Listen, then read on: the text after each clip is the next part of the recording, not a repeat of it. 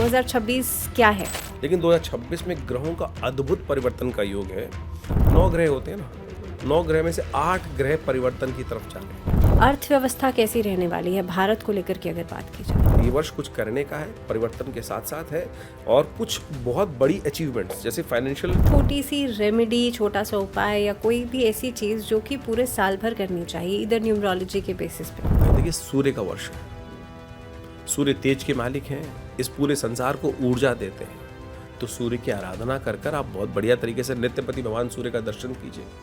सूर्य जैसे एनर्जी देते हैं ना, तो थोड़ी देर सूर्य की एनर्जी में जाके बैठा करो। 2026 में पॉलिटिक्स को किस तरीके से देखते हैं? माननीय प्रधानमंत्री जी मोदी जी के बारे में आप बात कर रहे हैं, तो मुझे ऐसा दिखाई देता है कि प्रभावशाली रहेगा, बहुत प्रभावशाली रहेगा। लेकिन hello and a very warm welcome to TOI Mantra. मैं हूं आपके साथ भावना शर्मा। एक बड़ा सवाल सबके सामने है कि 2026 की शुरुआत होने वाली है। 2026 के एंड पे हम खड़े हैं और यहाँ एक बड़ी क्यूरियोसिटी है लोगों के दिमाग में कि आने वाला साल क्या कुछ लेकर के आ रहा है। हमारे साथ आचार्य विक्रमादित्य जी हैं। सबसे पहले तो आचार्य जी स्वागत है आपका। तो आचार्य जी, 2025 अब बस खत्म होने ही वाला है। बड़ा सवाल है, लोगों के दिमाग में बड़ी क्यूरियोसिटी है कि 26 क्या कुछ लेकर के आएगा, क्योंकि जब से ये 2020 से ये सीरीज शुरू हुई है ना, हर साल कुछ नया हो जाता है। अब ऐसे में 2026 क्या लेके आ रहा है? मैं आपसे चाह रही हूँ कि आप कई सारे ऐसे मुद्दों पर भी प्रिडिक्शंस करें, क्योंकि 25 की जब शुरुआत हुई थी तब बहुत कुछ अलग अलग गणनाएं की गई थी। शनि के ट्रांजिट्स को लेकर के, जुपिटर के ट्रांजिट्स को लेकर के कई सारे वीडियोस में लोगों ने देखा कि बृहस्पति बड़ी अत्याचारी हो गए हैं इस साल। ऐसे में सबसे पहले 26 को समझ लेते हैं। 2026 क्या है? देखिए, न्यूमरोलॉजी के हिसाब से बात करनी पड़ेगी, क्योंकि 2026 का नंबर जो होता है अंग्रेजी कैलेंडर के अनुसार से है। 2026 नंबर 1 सूर्य का नंबर, अपोलो जिसको नंबर बोला जाता है, एक ऐसा शौर्य को देने वाला, एक ऐसा नंबर जो एक प्रतिस्पर्धा उत्पन्न करेगा कि मैं बड़े ये तुम बड़े, मैं बड़ा मैं बड़ा मैं बड़ा, और उसकी स्पर्धा अद्भुत रूप से पूरे विश्व में छाने वाली है। ये स्पर्धा बड़ी जबरदस्त तरीके से आगे बढ़ने वाली है, और एक होड़ ऐसी लगने वाली है कि हर कोई अपने आप को जो है भी नहीं वो दिखाने का प्रयास करेगा शौर्य को प्राप्त करने के लिए। लेकिन 2026 में ग्रहों का अद्भुत परिवर्तन का योग है।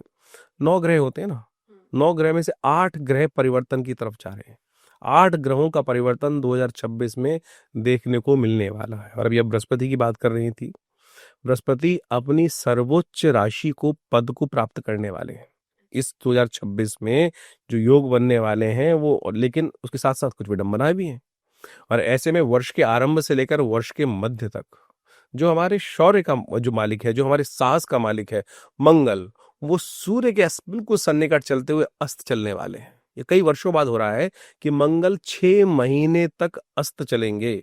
मंगल साहस का प्रतीक है। तो मैं एक सीधी सीधी बात कहूंगा, जो जागत है सो पावत है, जो सोवत है सो खोवत है। एक पुरानी कहावत है कि तो ये 2026 का जो वर्ष है, जो जागेगा वो बहुत कुछ प्राप्त कर सकता है, और बहुत सारे दुस्साहसपूर्ण कार्य इसमें होने के योग बन सकते हैं। और ऐसा दुस्साहसपूर्ण जब फ्रस्ट्रेट होता है, जब व्यक्ति अस्त, जब मंगल अस्त हो रहा होता है, तो समस्या क्या उत्पन्न हो जाती है कि फ्रस्ट्रेशन बढ़ जाती है, कार्य हम कर नहीं पाएंगे और फ्रस्ट्रेशन बढ़ेगी, और फ्रस्ट्रेशन के कारण से बहुत सारे दुस्साहसपूर्ण कार्य व्यक्ति कर सकते हैं। तो उससे हमको बच के चलना है।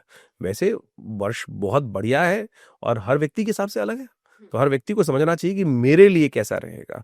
लेकिन जो हवाएं बह रही हैं वो इस प्रकार से दिखाती हैं कि ये वर्ष जो झंडा लेकर उठकर चलेगा, उत्तिष्ठ जागृत प्राप्त वरान निबोधिता, शास्त्र में कहा गया है ना। एक बड़ा सुंदर श्लोक नीति वाक्य में बचपन में हम पढ़ते थे, उद्यमे नहीं सिद्धंती कार्याणि न मनोरथी नहीं सुप्त से सिंहस्य प्रविशंति मुखी मृगा। उठोगे जागोगे, जो जाग के काम करेगा वो तो बहुत कुछ प्राप्त कर लेगा। लेकिन यदि शेर सोचे सोते हुए कि मैं मुंह खोलूं और मुख में अपने आप हिरन आकर बैठ जाए, तो ये तो असंभव है। तो यही इस वर्ष को दिखाता है कि चलो जागो और बिल्कुल झंडा लेके चलने का प्रयास करो। सूर्य भगवान आपकी कृपा, अपनी कृपा से आपके भाग्य को जगा सकते हैं।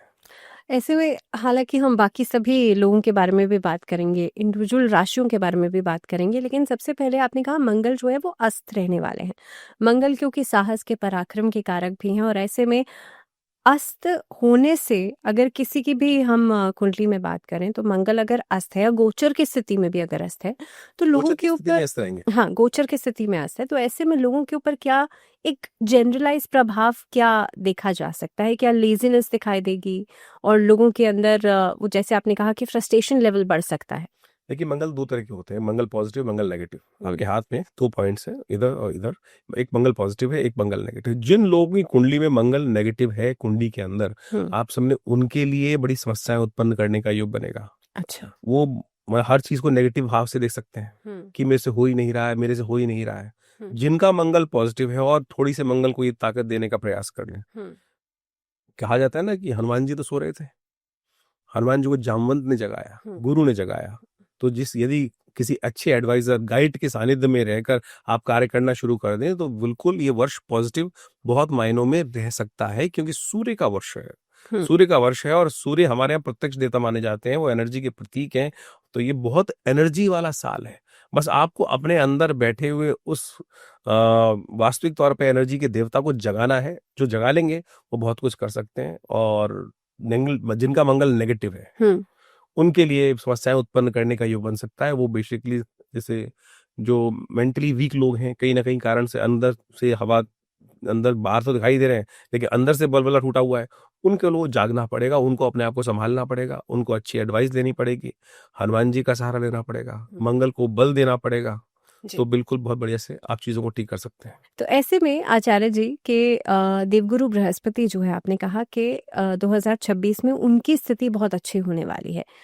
अर्थव्यवस्था को लेकर के एक बड़ा सवाल लोगों के मन में है क्योंकि 25 में तो बहुत फ्लक्चुएशंस देखी, 2026 कैसा रहेगा? देखिए, जो 26 में जैसा आपने कहा, अभी बृहस्पति की कंडीशन, बृहस्पति कर्क राशि में। हम्म।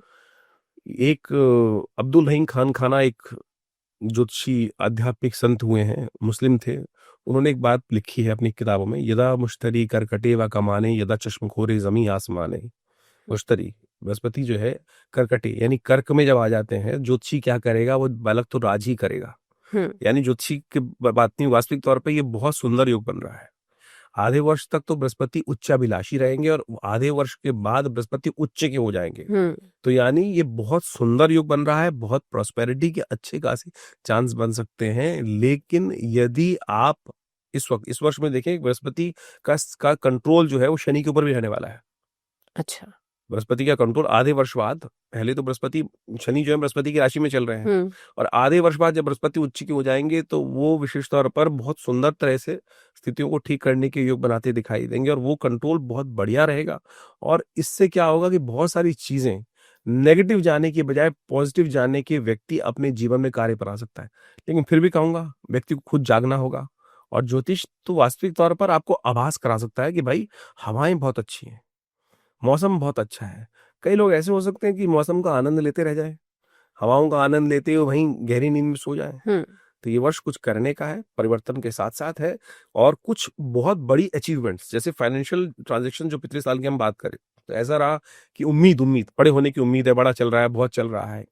वो बहुत सारे टारगेट्स अचीव करने का मार्ग इस बार प्रशस्त होते दिखाई दे रहे हैं। अच्छा। आप पर्सनालिटीज के बारे में बात करें तो उनके सबके सब अलग अलग स्थितियां, हर व्यक्ति का अलग भाग्य है। हम्म। लेकिन साथ साथ युद्ध की जो स्थिति चल रही है, उम्मीद रहेगी, लेकिन आधे वर्ष तक तो ऐसी स्थिति बनेगी कि कुछ नेगेटिव काम बहुत जबरदस्त हो सकते हैं। लेकिन वर्ष के मध्यकाल के उपरांत ऐसे योग बनेंगे कि बुद्धिजीवी वर्ग एक खड़ा होगा और वो विश्व में शांति स्थापित करने का कार्य करने के लिए पदार्पण करेगा। लेकिन आधा वर्ष जो है, शुरू का वर्ष, जब तक मंगल अस्त चल रहे हैं तब तक मुझे लगता है कि बेकार प्रकार की जो योग है, जो एक होड़ सी लगी है, उस होड़ में लोग पता नहीं क्या क्या गवाएंगे।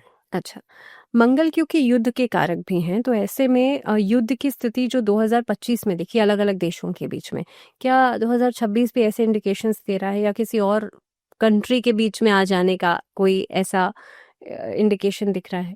लेकिन 2025 के आरंभ में हमने बताया था कि मंगल का वर्ष है, जिस प्रकार का लोग उठा पटक का पूरे वर्ष युग चलता रहा। बहुत सारे लोगों ने, कई बार मुझे याद है 2022 के अंदर जब हमने प्रेडिक्शन किया था युद्ध आरंभ, मेरे एक चैनल पे था और मैंने उसमें डेट बताई थी कि इस दिन ऐसा ग्रहों का युग बन रहा है कि युद्ध की स्थिति बनेगी, और सत्य माने उनके आसपास युद्ध की स्थिति बनी। तो अब भी आप मान के चलें कोई बहुत अच्छा योग नहीं है। एक स्थिति ऐसी है कि 2 फाड़ों में विश्व बँटने के योग साफ-साफ विश्व युद्ध के तरफ पदार्पण होता दिखाई देगा और अच्छा। विश्व युद्ध के मुख पर आके संसार खड़ा हो सकता है। लेकिन बृहस्पति का ये बृहस्पति का जो परिवर्तन है, हुँ। ये बहुत महत्वपूर्ण रहेगा और ये सब पर अंकुश लगाने का योग बना सकता है। तो मई के आसपास जब बृहस्पति परिवर्तन की तरफ जाएँगे आधे वर्ष बाद, तब जाकर स्थितियों को बहुत बढ़िया तरीके से कंट्रोल करने का योग भी हुँ, बनेगा। हुँ। ये स्थिति साफ-साफ दिखाई देती है।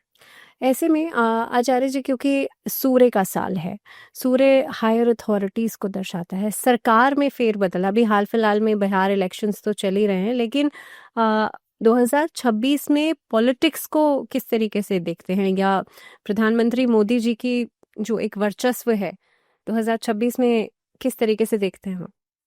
2026 में माननीय प्रधानमंत्री जी यशस्वी मोदी जी के बारे में आप बात कर रहे हैं।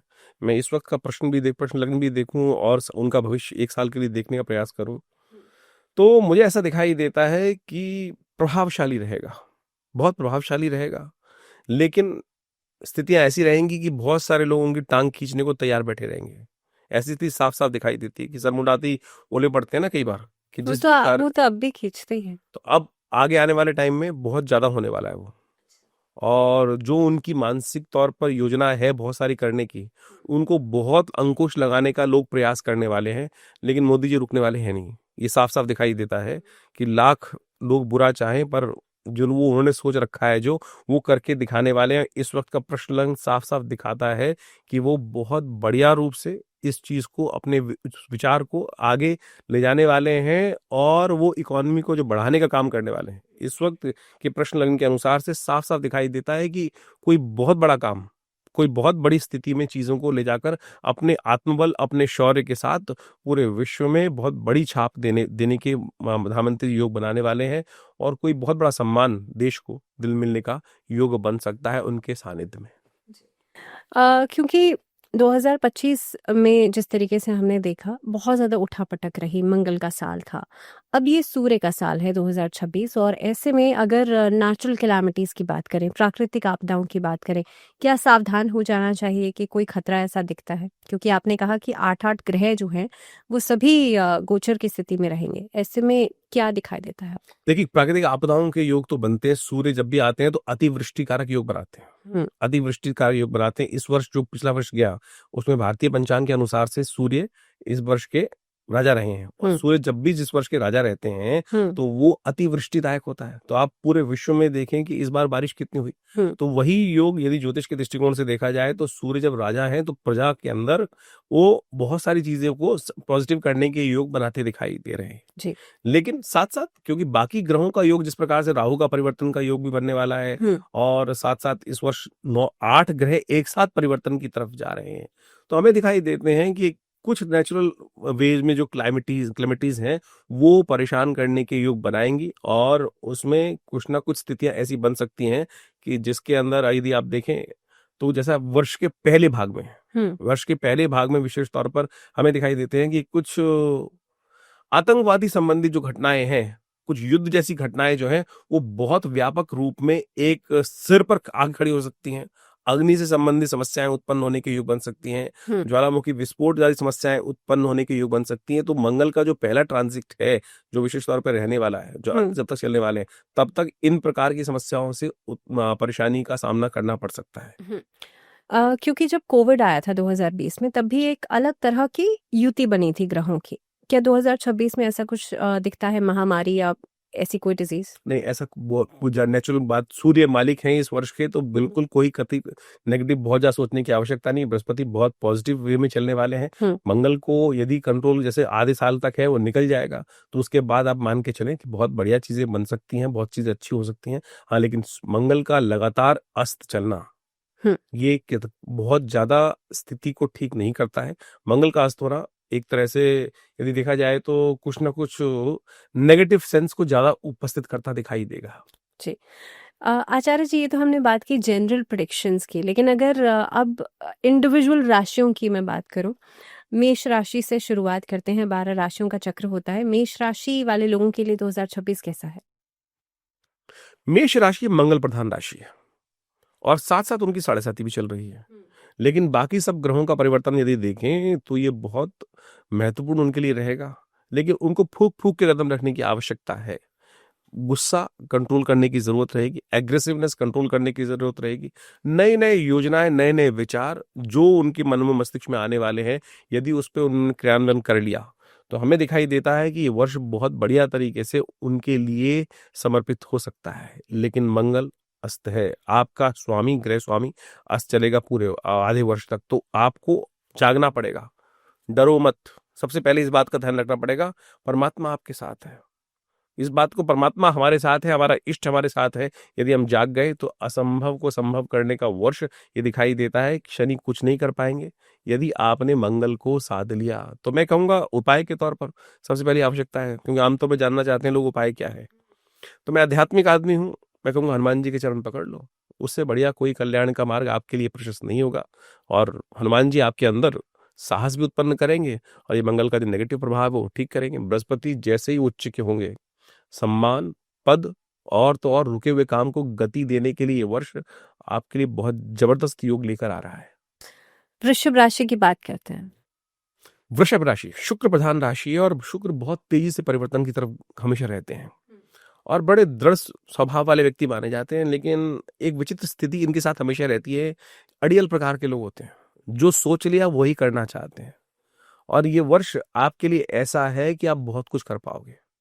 आपके लिए ग्रहों की युति ऐसी बनने वाली है इस वर्ष, यदि हम देखें कि आप बहुत जबरदस्त तरीके से अपनी योजनाओं पर कार्य करने की स्थिति को उत्पन्न करने के योग बनाने वाले हैं। और साथ साथ जिस भी कार्य में पैर डालने की कोशिश करेंगे, उसमें आपको बहुत अच्छे से रास्ता बनता दिखाई देगा, आगे बढ़ने के साथ दिखाई देंगे।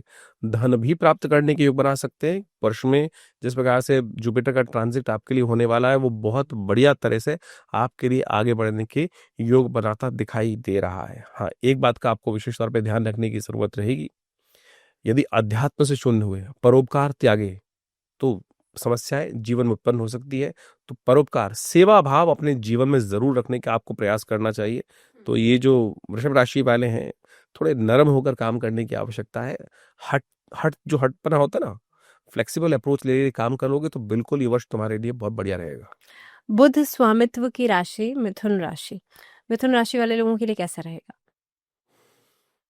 मिथुन राशि बुध प्रधान राशि है, और बुध विशेष तौर पर ग्रहों में बड़ी विचित्र स्थिति रखते हैं। यदि अपने काम में चलते रहे, चेंजेस बहुत जल्दी सोचेंगे, ऐसा भी कर लेता हूं, ऐसा भी कर लेता हूं। There are very good managers. अगर उनकी कुंडली में बुध वास्तविक तौर पे बहुत शुद्ध स्थिति में बैठा हुआ है, तो आपकी मैनेजिंग कैपेसिटी बहुत जबरदस्त हो सकती है। आपके दिमाग की जो जाल बनने की स्थिति होती है, उससे कोई बाहर नहीं निकल सकता। और ये मौका आपको प्राप्त होने के योग इस वर्ष बनते दिखाई दे रहे हैं, बिल्कुल सत्य रूप में मान लीजिए। लेकिन ध्यान रखना पड़ेगा कि जो आप कार्य कर रहे हैं उसका क्रेडिट, हम जो कार्य करते हैं ना, उसका क्रेडिट हमको मिलता है नहीं मिलता, कई बार समस्या होती है। तो इस बात में समस्या आने वाली है कि शायद सम्मान की, क्योंकि वर्ष सूर्य का है, सूर्य कीर्ति के मालिक हैं, और यहाँ सम्मान आपको, आपका पद, रियलाइजेशन आपको प्राप्त करने में बहुत ज्यादा आपको मेहनत करनी पड़ेगी। कहता ना कि जद्दोजहद करनी पड़ेगी, वो वर्ष दिखाई देता है। छोटी छोटी बातों से हिम्मत मत मारना। देखो, मंगल, हमने आपको बताया कि मंगल कमजोर स्थिति में है, और छोटी छोटी बातों में हिम्मत हार जाओगे तो कहा जाता है हिम्मत है मर्दा। तो हिम्मत को जगा के रखने की जरूरत है, क्योंकि शनि आपकी राशि के दृष्टिकोण से जो इस वक्त जहां चल रहे हैं, वो नौकरी, सम्मान, पद और काम को पूर्ण करने वाली स्थिति में स्लो करते दिखाई दे रहे हैं। तो आपको सॉरी से बल की आवश्यकता है। बृहस्पति आपकी पूरी तरह से हेल्प करने को तैयार बैठे हैं। आने दीजिए उनको उच्च होने के लिए। देखिएगा, शनि पर भी अंकुश उत्पन्न कर देंगे और शनि को चुप करा देंगे। कर्क राशि की बात करते हैं। यदि भारत के दृष्टिकोण से देखा जाए तो ये एक ऐसी राशि है कि जो सबसे ज्यादा अपनी डोमिनेंसी रखती है। भगवान राम की कर्क राशि कर्क संबंध रहा है, और हिंदुस्तान के अंदर जितने बड़े बड़े डिग्निटरीज रही, बहुत सारे लोग कर्क राशि संबंध रखते हैं। तो कर्क राशि वालों के लिए तो बृहस्पति जो है आने दीजिए, उच्च की होने दीजिए, और ये आपके शौर्य, बल, ऐश्वर्य सब कुछ देने की योग बनाते दिखाई देंगे। लेकिन ध्यान रखना, छोटी छोटी बातों में ध्यान नहीं दिया तो फिर जुर्माने होने के योग भी साथ साथ बन रहे हैं। तो आपके लिए जो वर्ष है 50% अच्छा है और 50% बियॉन्ड अच्छा है। 50% थोड़ा बिलो लेवल कहेंगे और 50% जो है वो कहाँ से कहाँ उठाने के लिए एक नई अपॉर्चुनिटीज को लेकर आता दिखाई दे रहा है। तो बस आपको आपको इस बात का ध्यान रखना है कि आपकी राशि में जब मंगल आते हैं ना, तो क्या होते हैं, सबसे नीच के हो जाते हैं। तो आपको अपने सौम्यता का, चंद्रमा की जो राशि होती है बड़ी सौम्य राशि मानी जाती है, इस सौम्यता का उपयोग करते हुए अपनी पर्सनैलिटी को प्रेजेंटेबल बनाने के हुए अपने उस पर्सोना का यूज करना है। यदि आपने उस पर्सोना का यूज कर लिया तो ये मान के देखिएगा कि आपके लिए बहुत अच्छे योग बनते दिखाई देंगे। भाग्य से कहा जाता है भाग्यम फलति सर्वत्र न च विद्या न च पौरुषम, तो ये वर्ष आपके लिए भाग्य जगाने वाला साबित हो सकता है। थोड़ी बहुत समस्याएं हैं जो शनि महाराज के द्वारा, क्योंकि जिस प्रकार से वो भाग्य में बैठकर उन्होंने एक भाग्य को ट्यूबलाइट बना दिया आपका, वो समस्या हो सकती है। लेकिन बाकी सब ग्रह बहुत बढ़िया परिवर्तन की तरफ जाएंगे। तो आप एक काम करें, बुद्धिजीवियों को सहारा लेने का प्रयास करें। जितने ज्ञानवान लोगों के साथ बैठेंगे, बुद्धि का सहारा लेंगे, सात्विकता को अपनाएंगे, तो उतना जबरदस्त चीज आपके लिए बनेंगे। और जितना नेगेटिव होगे, ध्यान रखना, शनि महाराज भाग्य में बैठे हैं, अंधकार हैं, और जब वो अंधकार में जाते हैं तो बुद्धि अंधकार हुई तो फिर उस लूप से बाहर नहीं आ पाओगे। तो उठो जागो, सूर्य का वर्ष है, सूर्य के प्रकाश में चलने का प्रयास करो, प्रकाश की तरफ चलोगे। सूर्य की बात करते हैं। सूर्य स्वामित्व की राशि सिंह राशि, सिंह राशि वाले लोगों के लिए कैसा रहेगा? सिंह राशि सूर्य की राशि है, और सूर्य की राशि जो होती है, जिसका वर्ष है, उसके लिए तो बड़ा महत्वपूर्ण योग बनता दिखाई दे रहा है। और ये योग ऐसा है कि इसमें कुछ फाइनेंशियल बड़ी ट्रांजैक्शन, जो लोग बड़े फाइनेंस करते हैं, कुछ बहुत सारे आगे बढ़ने के लिए कुछ ना कुछ नया ख्वाब देखते हैं, उस ख्वाब को पूर्ण करने का समय बनता दिखाई दे रहा है। और कई बार लोग, क्या होता है कि जैसे कोई बिजनेसमैन है, कोई नए लोन्स की तरफ जाना चाहता है, तो कई बार क्या होता है, अपॉर्चुनिटी मिल रही होती। तो ये वर्ष आपके लिए दूसरों के पैसे पे खेलने का है, दूसरों के पैसे पे खेलने का है, दूसरों के कंधों पर चढ़कर कुछ राज करने का है। और राजा जो है ना, वो दूसरों के कंधों पे राज करता है, इस बात को ध्यान रखना। कई बार लोग आपको डरा देंगे कि आपकी तो ढैया चल रही है। हाँ, ढैया चल रही है बिल्कुल, लेकिन जब राजा आपका हो, वर्ष आपका हो, तो फिर क्या होता है, चीजें आपके लिए अनुकूलता बनाने के योग बना सकती हैं। और इस वर्ष ध्यान ये रखना है कि बुद्धि से, देखो बुद्धि का खेल बड़ा विचित्र होता है, बुद्धि नेगेटिव भी हो सकती है, पॉजिटिव भी हो सकती है। और जब बुद्धि नेगेटिव हो जाए तो कई बार बने बनाए खेल को बिगाड़ सकती है संगत।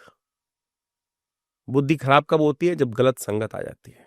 तो आपको ध्यान रखने वाला पड़ेगा इस वक्त कि आपको संगत ठीक रखनी है। राहु भी बदलने वाले हैं और 8 ग्रह परिवर्तन की तरफ जा रहे हैं।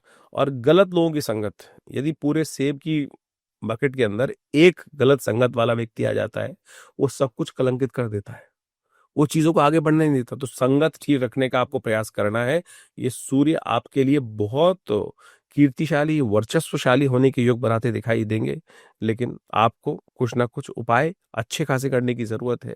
हम कहेंगे कुछ ना कुछ अच्छे उपायों के तौर पर सबसे बड़ी चीज है कि प्रैक्टिकलिटी के तौर पर कुछ शनि को मनाने का उपाय आपको अवश्य करना चाहिए। और थोड़ा सा बृहस्पति को, जब बाकी सब लोगों के लिए बृहस्पति अच्छे उच्च के होने के योग बनाएंगे, तो उस समय बृहस्पति आपके लिए कई मामलों में नेगेटिव बुद्धि के कारण से जुर्माना करा सकते हैं। तो आपको अपनी बुद्धि को बहुत साध कर कार्य करने की जरूरत होती है।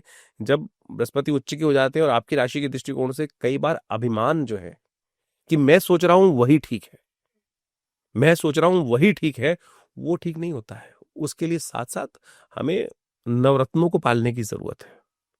तो उसको पाले, अच्छे लोग देखें और आगे बढ़ने के योग बनाए।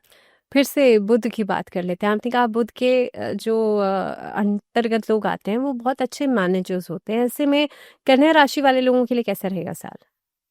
कन्या राशि बुध प्रधान राशि है, और बुध आपकी राशि में आकर सबसे ज्यादा शक्तिशाली हो जाते हैं, क्योंकि उच्च की माने जाते हैं। आपकी राशि के दृष्टिकोण से जो योग बन रहा है सूर्य के वर्ष के साथ साथ, और ये योग आपकी राशि के दृष्टिकोण से देखें तो आपके लिए 60% ओवरऑल चांसेस हैं कि आप ठीक कर पाएंगे बहुत सारी चीजों को। क्योंकि इसलिए बता रहे हैं आपको ये बात, क्योंकि बृहस्पति की दृष्टि उच्च की होकर शनि पर आ जाएगी और वो शनि के नेगेटिव प्रभाव को कहीं ना कहीं रोकने के रास्ते उत्पन्न कर सकती है, बहुत शनि के नेगेटिव प्रभाव को दूर करने का रास्ता बना सकती है। तो आपको अपने आप को विशेष तौर पे ध्यान रखते हुए ये कार्य करना है कि शनि महाराज आपको कुछ ना कुछ स्थिति में सही चीज दिखाने नहीं दे रहे हैं। और ये वर्ष आपने देखा होगा, जो वर्ष गया है उसके अंदर सही चीजें आप समझ कर भी उसका अनुसरण नहीं कर पाए, लेकिन बृहस्पति उच्च होने के बाद आपकी राशि में एक नया रास्ता, नया विजन आपको देने के लिए योग बनाते दिखाई दे रहे हैं। तो हम कहेंगे इस वर्ष, पिछले वर्ष 2025 से 2026 आपके लिए कई मायनों में कुछ नया लगाने का, नया कुछ ना कुछ, जैसे कोई बहुत बड़ा इंडस्ट्रियल व्यक्ति है, बड़ा व्यक्ति है, व्यवसाय करने वाला व्यक्ति है, उसके लिए कुछ नया पदार्पण करने का योग इस वर्ष बनने की स्थिति, नए प्रोजेक्ट्स पे कार्य करने की स्थिति बन सकती है। हाँ, फैमिली लाइफ में आमतौर पे यदि पर्सनल लाइफ, लव लाइफ के संबंध में बात करें तो उस लव लाइफ के लिए ऐसा हो सकता है कि आपका पार्टनर आपके से दूर हो जाए।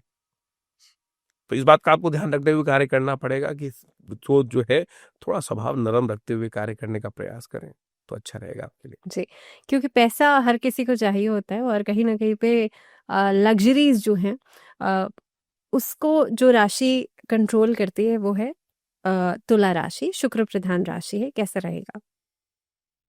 तुला राशि वालों के लिए वर्ष यदि देखा जाए तो हर मामले में 5 उंगलियां घी में, ऐसा योग बनाती दिखाई दे रही। लेकिन फिर हम कहेंगे मंगल महाराज को कंट्रोल करना, हिम्मत तो जगाना। जो हवाएं बह रही हैं वो आपको कहां से कहां ले जाने का योग बनाती दिखाई दे रही हैं पूरी तरह से। जो 8 ग्रह परिवर्तन की तरफ जा रहे हैं वो सारे के सारे आपके लिए शौर्य, बल, यश सब प्रकार से देने का ओवरऑल योग बनाते दिखाई दे रहे हैं। नेगेटिव आपकी राशि में बहुत कम है, पॉजिटिव आपकी राशि में एज कंपेयर टू अदर राशि बहुत ज्यादा है। अब आपकी मूल जन्मपत्री में क्या स्थिति बन रही है वो तो देखने की आवश्यकता है, लेकिन गोचर के दृष्टिकोण से सबसे अनुकूल हवाएं जो बह रही हैं वो आपके लिए ही, तुला राशि वालों के लिए दिखाई देती हैं। उनका उपयोग करने की जरूरत है। उपयोग कर लिए तो मैं, जैसे इस कार्यक्रम के आरंभ में मैंने एक बात बोली, तो जागत है सो पावत है। तो सबसे ज्यादा आप ही को अलर्ट रहकर कार्य करने की जरूरत है, क्योंकि आपकी राशि एक ऐसी राशि है जिस राशि में आकर भगवान सूर्य भी अस्त हो जाते हैं, कमजोर हो जाते हैं, कमजोर हो जाते हैं। तो अब आपको क्या करना है कि भगवान सूर्य के वर्ष में उपयोग करना है इन तमाम वातावरण का।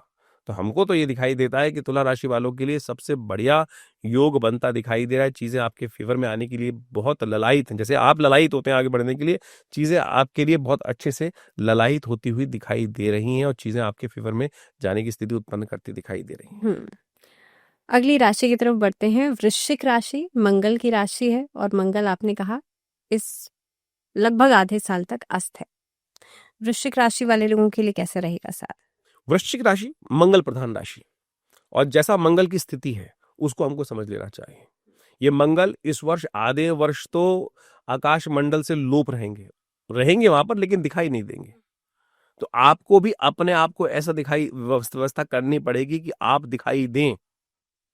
लोग आपको दबाने का प्रयास कर सकते हैं, लेकिन आपके कुछ ग्रह जो है आपको वो जो है बहुत पॉजिटिव है। यदि हम देखा जाए आपकी राशि के दृष्टिकोण से देखें तो ग्रह ऐसे हैं कि जो आपके लिए पूरी तरह से हर मामले में सपोर्ट करने को तैयार बैठे हैं। इन कुछ ऐसी स्थिति है कि आपकी बुद्धि ही जाग नहीं रही है।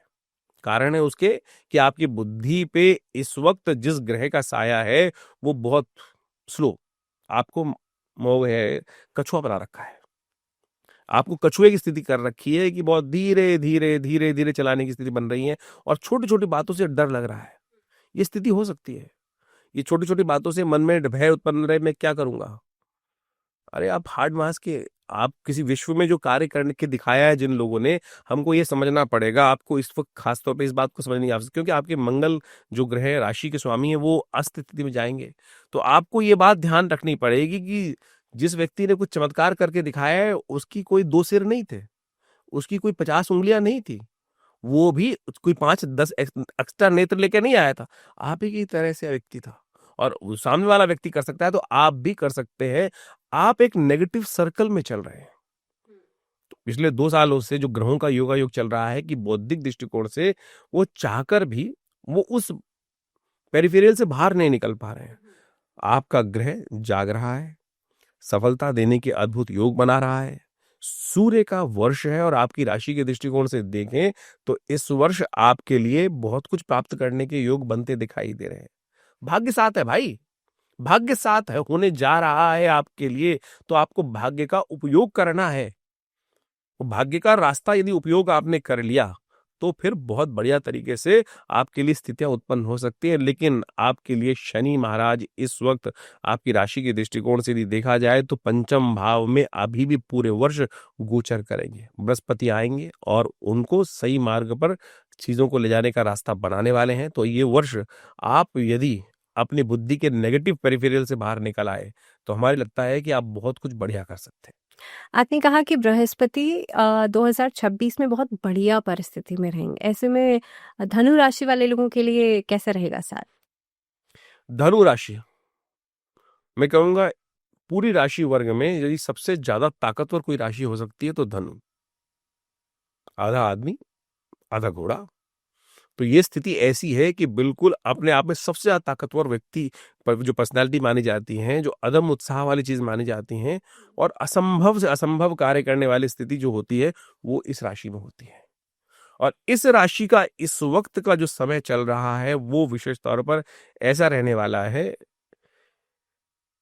कि चाहो तो सब कुछ अपने बस में कर लो और चाहो तो संसार को त्यागने की तरफ मनोवृत्ति आ जाए। मतलब दो नाव में पैर रखने की स्थिति इनके लिए हमें इस वर्ष में दिखाई देती है।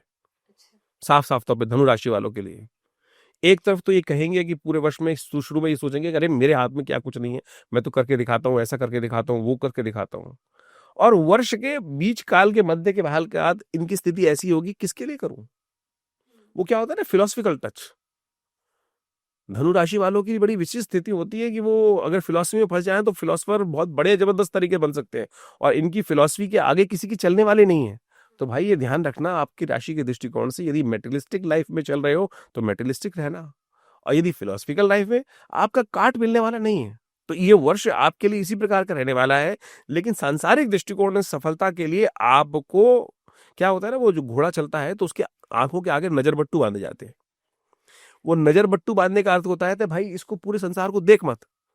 आप यदि फोकस कर पाए इस वर्ष, ये सूर्य का वर्ष है, ये मान लीजिए धनु राशि वालों के लिए ऐसा वर्ष होगा कि यदि आप अपने चीजों को फोकस कर कर चल पाए, और मुझे ऐसा दिखाई देता है कि वर्ष के आधे साल बाद जैसे ही बृहस्पति उच्च के होके आएंगे आपके मन में आधा भाव ऐसा हो सकता है कि ये वो संसार किसके लिए, ऐसा वैसा किसके लिए, मतलब जो फिलोसफिकल टच होता है वो दो नावों में पैर रख के कि परलोक भी सुधार लूं लोक भी सुधार लूं। अरे लोक सुधर गया तो परलोक भी सुधर जाएगा, इस बात को। बाकी धनु राशि वालों के लिए कोई शब्दावली समझाने की होती नहीं, खुद समझे समझाए व्यक्ति होते हैं, खुद गुरु होते हैं और खुद गुरु महाराज उनके लिए कृपा करने के लिए योग बना रहे हैं। शनि की राशि की बात कर लेते हैं, मकर राशि के लिए कैसा रहेगा? शनि प्रधान मकर राशि वालों के लिए ये विचित्र दौर है। शनिवार शनि राशि के लिए ये बहुत कुछ करना चाहते हैं लेकिन कर नहीं पा रहे, क्योंकि अभी खुशी भी है ना, 7.5 शायद उतरी है उनकी। 7.5 उतर चुकी है, लेकिन स्थिति ऐसी है कि वो उस प्रकोप से बाहर नहीं आ पा रहे हैं। वो क्या होता है ना कि बहुत साल हम गड्ढे में फंसे रहे हैं, बहुत गड्ढे में फंसे रहे तो क्या होता है कि हम चाह कर भी बड़ी करते हैं तो कई बार लगता है गड्ढा है ही नहीं, एक गड्ढा है ही, जिंदगी गड्ढा बन गई है। ये कारण ये है कि वो सोच नहीं हो पा रही। और दूसरी समस्या क्या उत्पन्न हो गई है, मंगल वर्ष में कमजोर स्थिति में चल रहे हैं। तो जब तक आप उस गड्ढे की प्रवृत्ति को एक आंख, वो कहा गांधी जी ने एक बहुत अच्छी बात बोली थी अपनी फिलोसफी में लिखते हुए कि आदमी को तब तक हिम्मत नहीं हारनी चाहिए कि जब तक वो जिंदा है और हो सकता है उसकी ये ठोकर आखिरी ठोकर हो। आपके साथ वही स्थिति है, आपकी एक ठोकर की जरूरत है, पूरा किला ढहने को तैयार। और उस स्थिति को शायद बहुत सारे लोग जिन्होंने समझ लिया उन्होंने वारे न्यारे कर लिए और जिन्होंने नहीं समझा वो वारे न्यारे नहीं कर पाए। तो हमारे को ओवरऑल दिखाई देता है कि ग्रह बहुत बढ़िया स्थिति में आप मकर राशि वालों के लिए योग बनाते दिखाई दे रहे हैं, बहुत बढ़िया स्थिति उनके लिए बनती दिखाई दे रही है। बहुत सारे ग्रह ट्रांजिट करने की तरफ जा रहे हैं और ये ट्रांजिट सबसे बड़ा जुपिटर का ट्रांजिट जो उनके लिए होने वाला है वो उनके लिए एक बूस्टर काम करने के योग बनाते हुए दिखाई दे रहा है। वो उनको एक ऐसा विटामिन का डोज, एक मल्टीविटामिन का डोज इनको देने वाला है जो इनकी कीर्ति, इनके यश, इनके रुके काम, इनकी सफलता तो मैं कहूंगा धीरे धीरे अब आप उस प्रकोप से बाहर आ गए हैं, अग्नि शांत हो चुकी है, और आप उस किताब से भूल जाइए और चलिए। और मुझे लगता है कि इस वर्ष में जब जागेंगे ना, तो वो बिल्कुल उस 7.5 साल का नेगेटिव पीरियड को भूल कर आगे बढ़ने की स्थिति को उत्पन्न कर सकते हैं। बस उनके जागने की देर है। तो ऐसे में अगर शनि की स्थिति देखी जाए तो कुंभ राशि वाले लोगों के लिए क्या रहेगा? कुंभ राशि शनि की दूसरी सबसे इंपॉर्टेंट राशि मानी जाती है, और ऐसी राशि मानी जाती है कि गागर में सागर भरने की स्थिति उनके लिए बहुत बढ़िया से बनने की योग बनते हैं। ये वर्ष यदि देखा जाए तो उनके लिए खास तौर पर 7.5 का दौर चल रहा है। तो इस 7.5 के दौर के अंदर उनको विशेष तौर पे अपनी स्थितियों को चीज लास्ट मोमेंट पे 7.5, और 7.5 जाते जाते बहुत कुछ देके जाती है। ये वर्ष उनके लिए इसी प्रकार का साबित हो सकता है। ये वर्ष उनके लिए बिल्कुल रुके हुए कामों को पूर्ण करने की स्थिति देगा, सफलता देने के योग बना सकता है। लेकिन ध्यान रखना, कई बार क्या होता है कि बड़ी बड़ी लड़ाइयां लड़ी गई हैं, और बड़ी बड़ी लड़ाइयों में आखिरी में आकर लोग कई बार क्या होता है, अब तो हम जीत गए हैं। वो खरगोश वाली स्थिति कहानी याद होगी आपको, अरे इस कृति की ओवर क्या औकात है कि मैं तो जीत दूंगा, मेरा टाइम बहुत अच्छा आ गया है। वो आखिरी में आके कई बार क्या होता है कि थोड़ी देर आराम करने के लिए बैठ जाते हैं। सूर्य का वर्ष है, आपकी राशि के सप्तम भाव के स्वामी का वर्ष है। ये बात मान लेना कि इस वक्त बैठने का वर्ष नहीं है।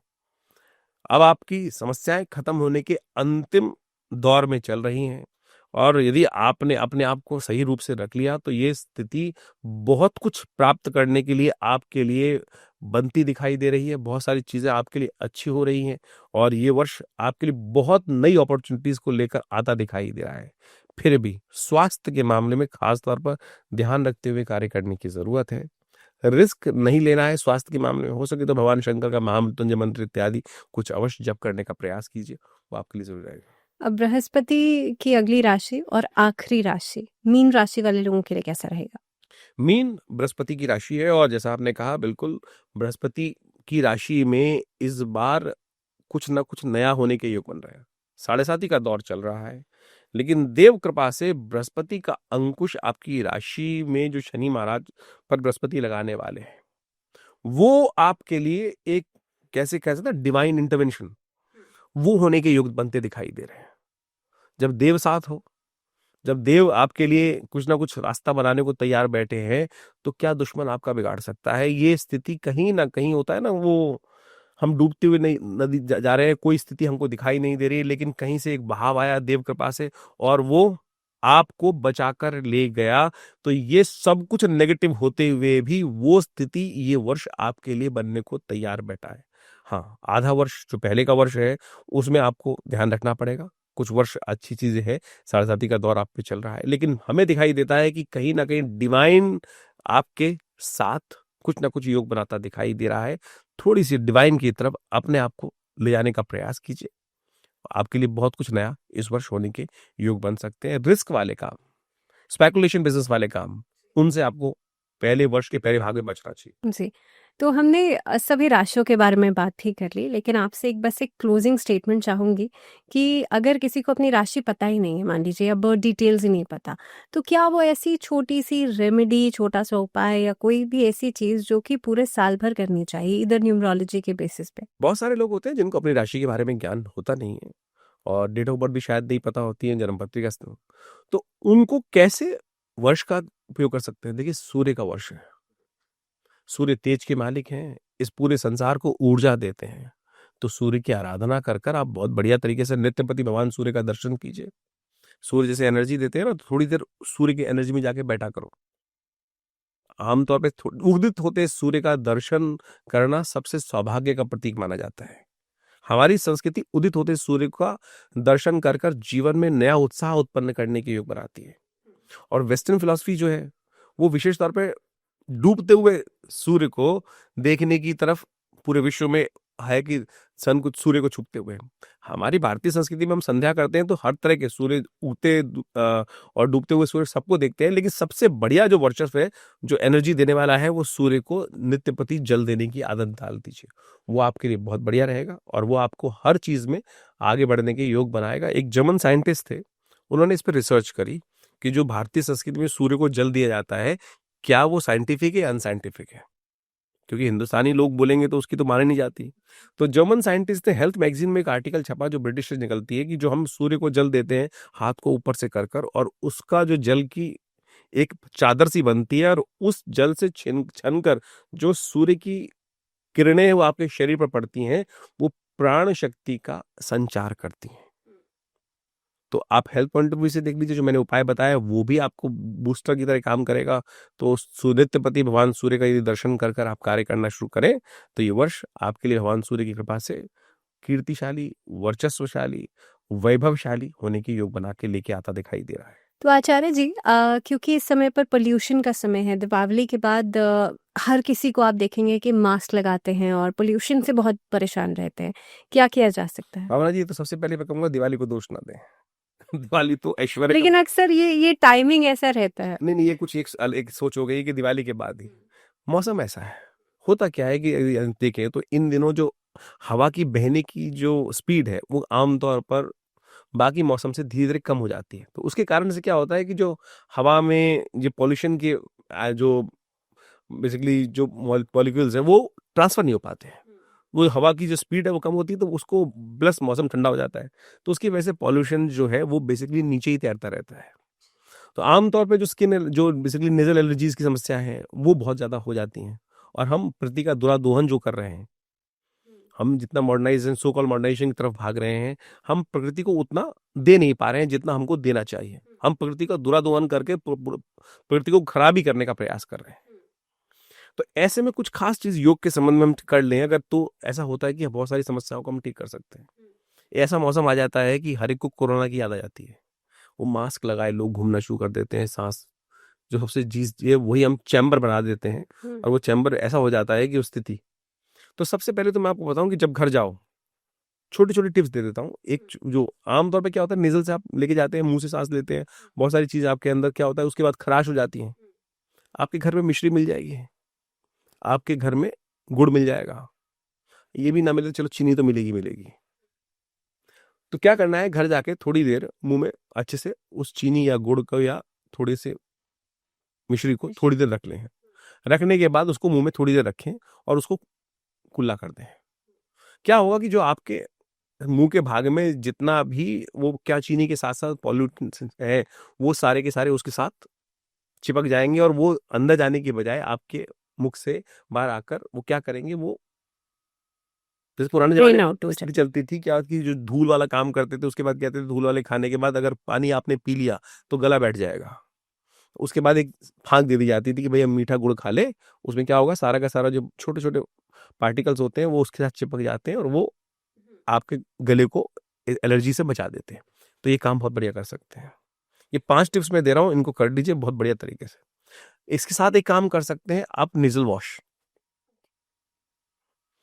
आपकी मोस्टली जो साइनोसाइटिस की समस्या उत्पन्न होती है मौसम परिवर्तन कारण से, वो होती है खुश्की के कारण से। आपके घर में सरसों का तेल मिल जाएगा, आपके तेल में गाय का घी में घर में मिल जाए तो बेस्ट है। हल्का सा उसको गुनगुना कर लीजिए, गर्म कर कर रात्रि में हल्का सा गर्म पानी में नमक डालकर नेजल नाक को साफ कर लीजिए। और उसके बाद आपको क्या करना है कि वो 2 बूंद सरसों का तेल इस नॉस्ट्रिल में और इस नॉस्ट्रिल में डालकर खींचकर थोड़ी देर, एक आध दिन आपको थोड़ा गले में खराब तो 2 बूंद, इससे ज्यादा नहीं। कई बार क्या होता है लोग पूरा ड्रॉपर डाल के वो 1 ml के आसपास अंदर डाल लेते हैं, उतना नहीं डालना, 2 बूंद।